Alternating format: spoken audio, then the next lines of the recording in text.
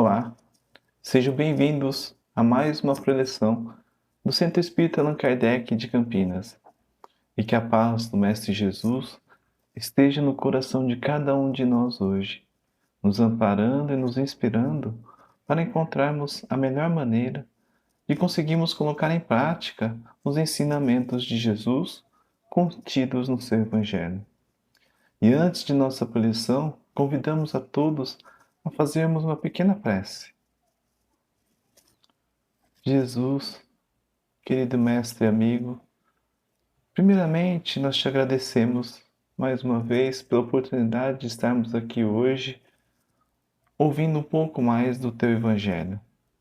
E permita, mestre, colocarmos em prática em nosso dia a dia os ensinamentos de hoje, nos amparando e nos fortalecendo em nossas lutas diárias.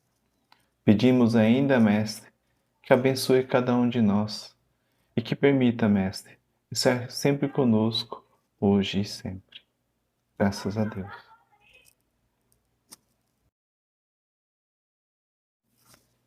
Nós continuaremos o estudo do capítulo 17 do Evangelho segundo o Espiritismo, chamado Sede Perfeitos.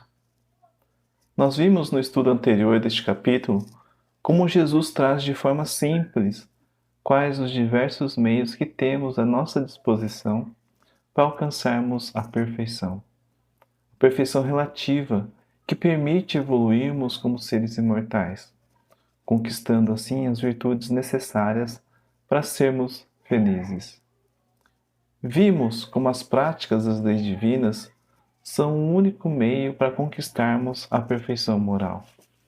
Aprendemos ainda como as virtudes modificam nossas ações e nossos pensamentos.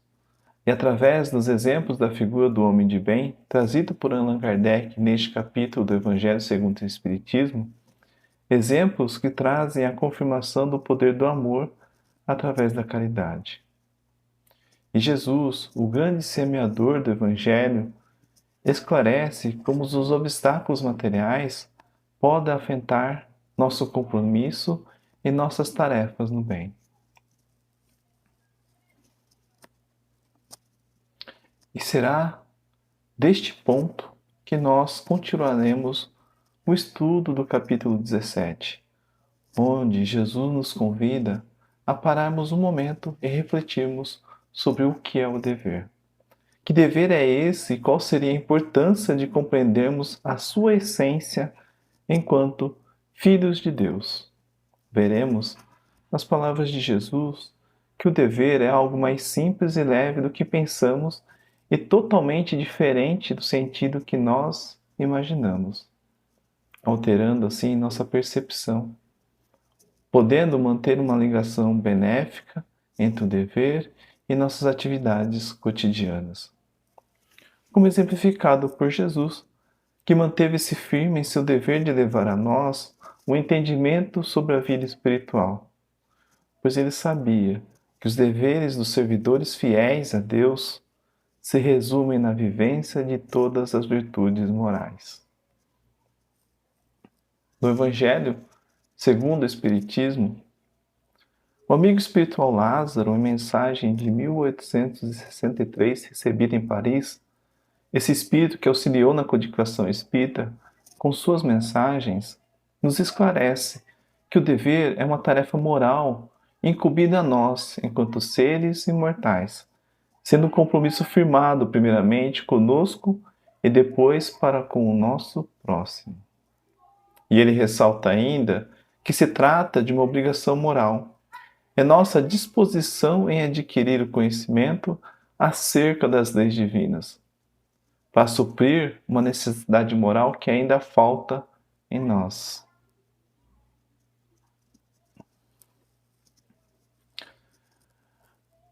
Mas o dever é uma obrigação?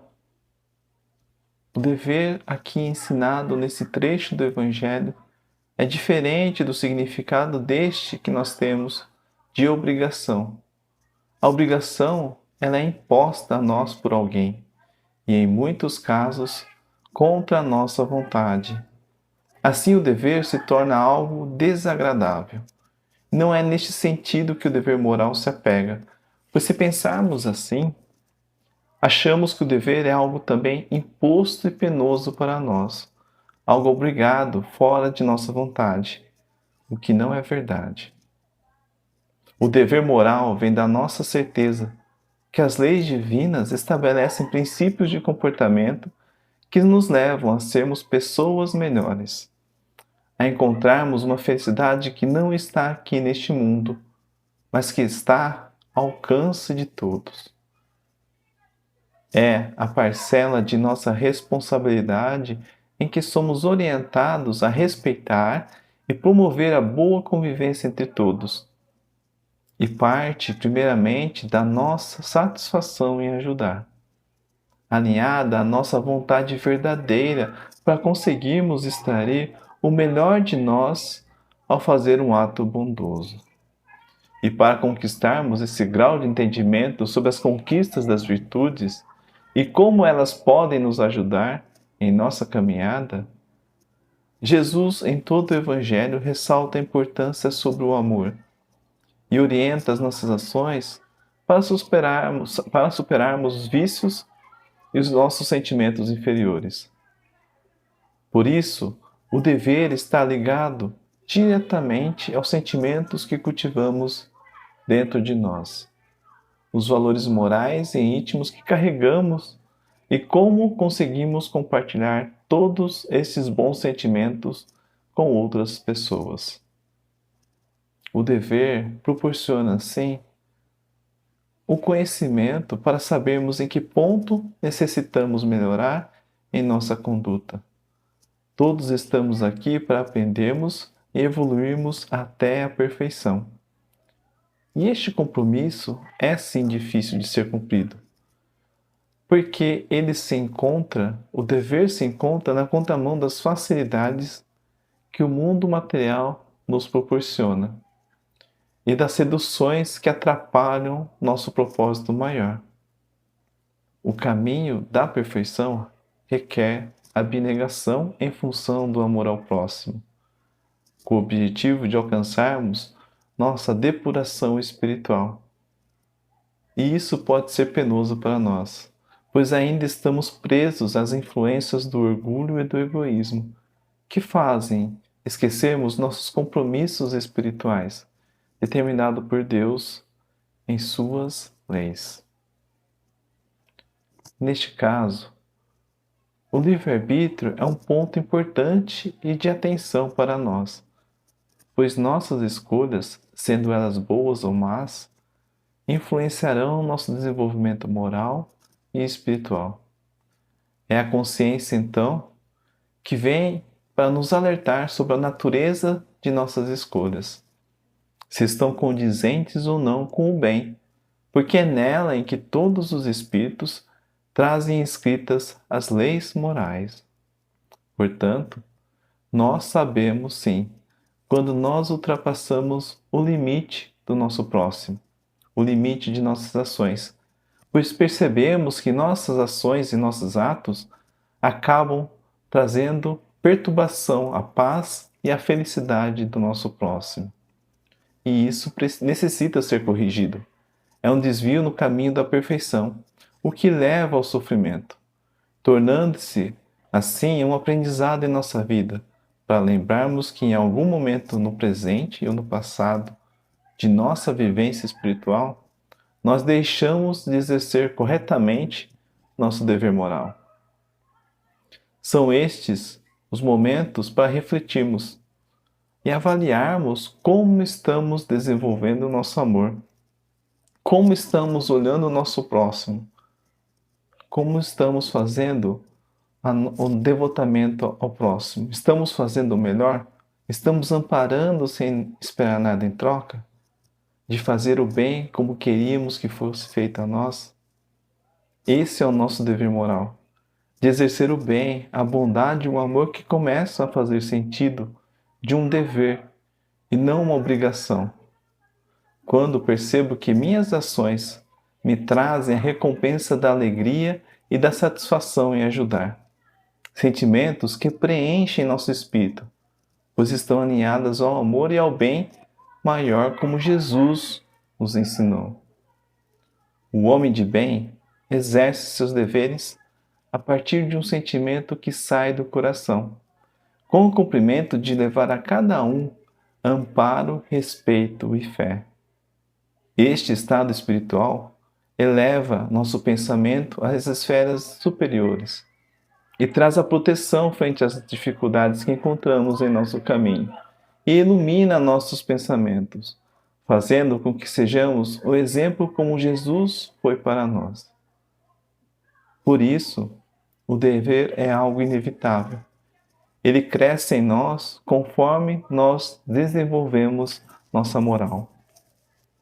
O dever moral não é algo obrigatório. Ele é muito mais que isso. Ele é fruto da reflexão do bem que podemos fazer e das oportunidades que aparecem para nós exercermos o amor. É indispensável para todos que desejam um dia conquistar as virtudes e manter um relacionamento amigável e social entre todos. A sinceridade natural de nossos corações ajuda a expandirmos nossa alegria em servir. Pois quando os atos são bons e os pensamentos também, há o equilíbrio. Mas quando meus atos são bons e meus pensamentos continuam sendo inferiores, existe uma falsa aparência do bem que eu acabo proporcionando. Assim torna-se uma obrigação penosa fazer o bem. Quando concordo com o exercício do meu dever, usando a razão para compreender os ensinamentos de Deus, o dever se transforma. Ele não ameaça mais a minha felicidade, nem a minha, nem a do meu próximo. Ele se torna algo benéfico. Assim sabemos que quanto mais elevado o nosso conhecimento sobre as leis de Deus, mais amplas se tornam os horizontes de nossa responsabilidade. Como Jesus, que pela sua evolução espiritual, naturalmente demonstrou toda a sua autoridade moral e ensinou ao mundo como amparar os necessitados com amor e compreensão, ajudando a todos, sem distinção, a mudarem sua forma de ver as leis de Deus, agindo sem arrogância e superioridade, e nos mostrando também que a autoridade pode ser uma prova a ser superada por nós como os espíritos, e ela está presente em nossa vida nas diversas situações. Como autoridade entre pais e filhos, entre os pais que orientam os filhos em sua vida, o trabalhador que deve responder pela atividade que executa, ou o professor que esclarece e ensina seus alunos. Cada pessoa que utiliza a razão e o conhecimento assume sua responsabilidade em direcionar aqueles que são menos esclarecidos, sendo responsável por contribuir no progresso da humanidade. É natural do ser humano ajudar uns aos outros, e por isso, quando estamos em uma posição de destaque, com certa autoridade, a autoridade não é conferida a nós para proporcionar apenas momentos de prazer e demonstração de poder ou de superioridade. Pelo contrário, esta responsabilidade, quando nos é conferida, é instrumento divino para ajudarmos quem necessita. Trata-se então de uma missão das mais belas, seja ela grande ou pequena. E o papel de orientador passa então pela responsabilidade de cada ato e consequência que nossa influência pode gerar, podendo afetar positivamente ou negativamente a ação de outras pessoas. E Jesus exemplificou bem essa tarefa. Esclareceu a todos e deixou seu legado de amor e benevolência até os dias de hoje. Ele sempre respeitou as diferenças e compartilhou todo o seu conhecimento espiritual, aliando o seu dever de ajudar com as necessidades daqueles que o escutaram. A perfeição está em todos os lugares, como o próprio Jesus disse. E quando existe a prática da caridade absoluta, incondicional, isso é mais claro. Os deveres da caridade alcançam todas as posições sociais, e todos nós temos a chance de oferecer o melhor de nós para que apareça o melhor dos outros em auxílio uns aos outros. Segundo mensagem de um amigo espiritual denominado Espírito Protetor, recebida em 1863 e contida no Evangelho segundo o Espiritismo, ele esclarece que é necessário o equilíbrio entre nossos deveres morais e nossas vontades materiais, principalmente em aproveitar o que a vida material nos proporciona. E nos vem a seguinte pergunta: será que Deus nos concedeu as coisas materiais para saciarmos nossas vontades pessoais ou para nos ajudar a evoluir espiritualmente? Estar no mundo sem ser do mundo é usufruir tudo que a matéria nos concede, mas sem excessos, sem perder nosso propósito maior, que é a caridade. Este é o caminho que nos leva, sim, à perfeição que nós buscamos. Não somente nossa, mas de toda a humanidade. O espírito necessita passar pelas experiências terrenas para caminhar e encontrar a felicidade. Mas para isso, o espírito precisa estar equilibrado. Surge também as necessidades não de cuidar não apenas do espírito, mas do corpo físico. A perfeição espiritual não resume-se então a priorizar apenas o espírito, negligenciando assim a saúde do corpo físico. Pelo contrário, o corpo e o espírito, ambos possuem dependência mútua e se complementam perfeitamente. O corpo, essa ferramenta abençoada, que nos foi emprestada para cumprirmos aqui na Terra nossos objetivos espirituais, necessita de cuidados também de nossa parte. E sofre tanto quanto o nosso espírito, quando nós ultrapassamos nossos limites, quando exageramos em nossos vícios, que o castigam e trazem as doenças. Mas o corpo, quando bem dirigido pelo nosso espírito, o corpo alinhado, ele fortalece-se e se mantém como uma unidade única, capaz de favorecer nossa experiência terrena. Nós fomos criados para sermos felizes, e Deus não quer o sofrimento, seja de nossa parte ou da parte do nosso próximo. Nós podemos usufruir dos meios que temos aqui neste plano para suprir nossas necessidades, enquanto estivermos encarnados. Mas não usarmos desses meios para sermos egoístas ou orgulhosos, agindo apenas para benefícios próprios. Então, estejamos sempre vigilantes no mundo para que nós possamos aprender a servir na base do amor incondicional, aliado à humildade ensinada por Jesus, para que utilizemos nosso livre-arbítrio conscientemente e nos direcionando a cumprir nossos deveres morais da maneira como filhos de Deus. Agradecendo a cada momento, a cada instante, as experiências que esta vida nos proporciona, edificando nossa fé e permanecendo sempre alegres e contentes, gratos pelos meios que nós temos hoje para alcançarmos a perfeição. E sempre com a certeza de que dias melhores nos aguardam, pois estamos sempre sendo amparados por Jesus em nossas ações no bem, ao agirmos com benevolência e caridade, para assim encontrarmos a verdadeira felicidade junto a Deus. E após a preleção, vamos à nossa vibração. A vibração é uma forma simples de praticarmos a caridade, utilizando nosso pensamento e nossa vontade. O pensamento para direcionar nossos melhores sentimentos, os sentimentos de amor, de carinho. Assim, convidamos a todos a participarem da vibração conosco. Vamos então serenando nossos pensamentos, acalmando nossos corações. Vamos elevando nosso pensamento até o mais alto. E assim, vamos nos conectando à espiritualidade maior que nos ampara nessa tarefa de doar nossos melhores sentimentos para aquelas pessoas que gostaríamos de auxiliar.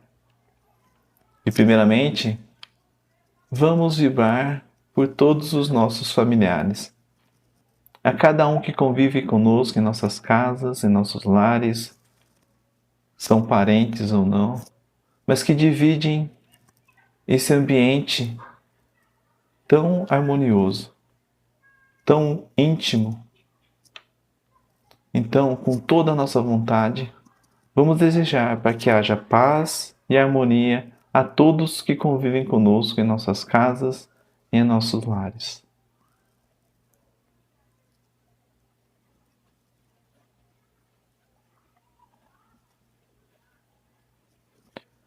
Agradecemos o amparo de Jesus e ainda, com o pensamento elevado, o momento agora é de pensarmos naquela pessoa que nós sabemos precisa de ajuda. Uma pessoa conhecida ou não, mas que passa por dificuldades. Então, com toda a nossa vontade, com todo o nosso amor, vamos desejar para que essa pessoa também receba a ajuda de que precisa neste momento. Vibremos com muito amor e carinho por esse caso em especial.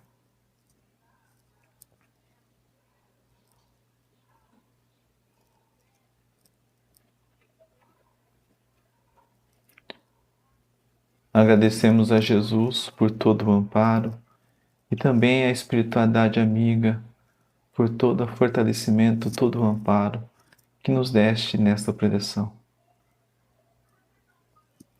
Agradecemos a presença de todos e nosso muito obrigado.